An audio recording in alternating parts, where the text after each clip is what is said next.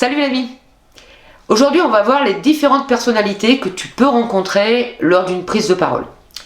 Et ces personnalités, elles sont différentes, donc il va falloir que tu t'adresses à elles de manière particulière et adaptée, surtout si à la fin de ta prise de parole, c'est suivi d'un échange tout simplement, par exemple par un débat ou des questions. Alors quelles sont les personnes que tu risques de rencontrer? Tu vas certainement rencontrer. Il y a 4 grandes catégories en fait. La première, ce sont les personnes hostiles. Alors j'ai pas mis d'ordre, mais concrètement, tu peux rencontrer des personnes qui sont hostiles, des personnalités hostiles. Alors comment on le voit? Bien tout simplement, elles sont un peu en colère, tout simplement, elles sont pas d'accord avec ce que tu dis, et elles le mettent, elles le disent tout simplement, et elles le disent soit avec véhémence, soit un peu plus serré, mais on sent quand même qu'il y a une colère. Alors comment il faut se comporter avec ce genre de personnes?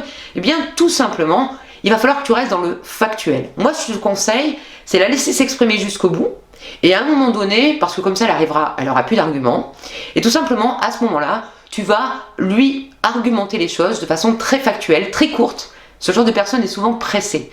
Elle veut des réponses, elle veut du qui, quand, qui, quoi, quand, en fait, tout simplement. Et puis, si tu es obligé de lui dire non pour l'un de ses arguments, eh bien tout simplement, propose-lui une alternative. D'accord? Mais ne prends pas au frontal avec elle, ça ne sert à rien, mais sois factuel. La deuxième catégorie de personnes que tu vas retrouver, c'est les personnes sympathiques. Ça, c'est cool. La personne sympathique, elle va être très joviale, elle va avoir plein d'humour, elle va être vraiment très cool, c'est très sympa, mais elle aura tendance à s'évaporer, à se disperser, et du coup, ce qu'il va falloir que tu fasses, c'est recentrer le débat, tout simplement. Donc, tu reposes des questions, et tu poses le débat, tu remets le débat dans le contexte, enfin, tu fais des phrases dans le contexte, excuse-moi. La troisième personne que tu vas rencontrer, eh bien, ce sont des non-experts, des non-initiés.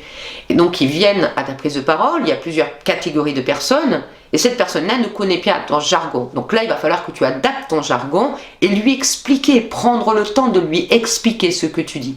D'accord? Bien souvent, je vois des prises de parole qui sont faites pour des experts.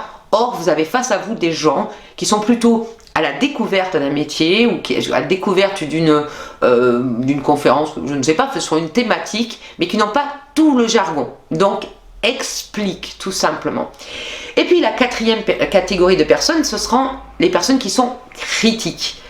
Là, comment leur répondre à ces personnes qui sont critiques? Tout simplement, eh bien, tu vas avoir un argumentaire détaillé. Tu vas lui parler de chiffres, de statistiques. Ces personnes-là aiment qu'on leur parle de chiffres. D'accord? De données vérifiées. Alors attention, tu n'inventes pas les chiffres. Hein.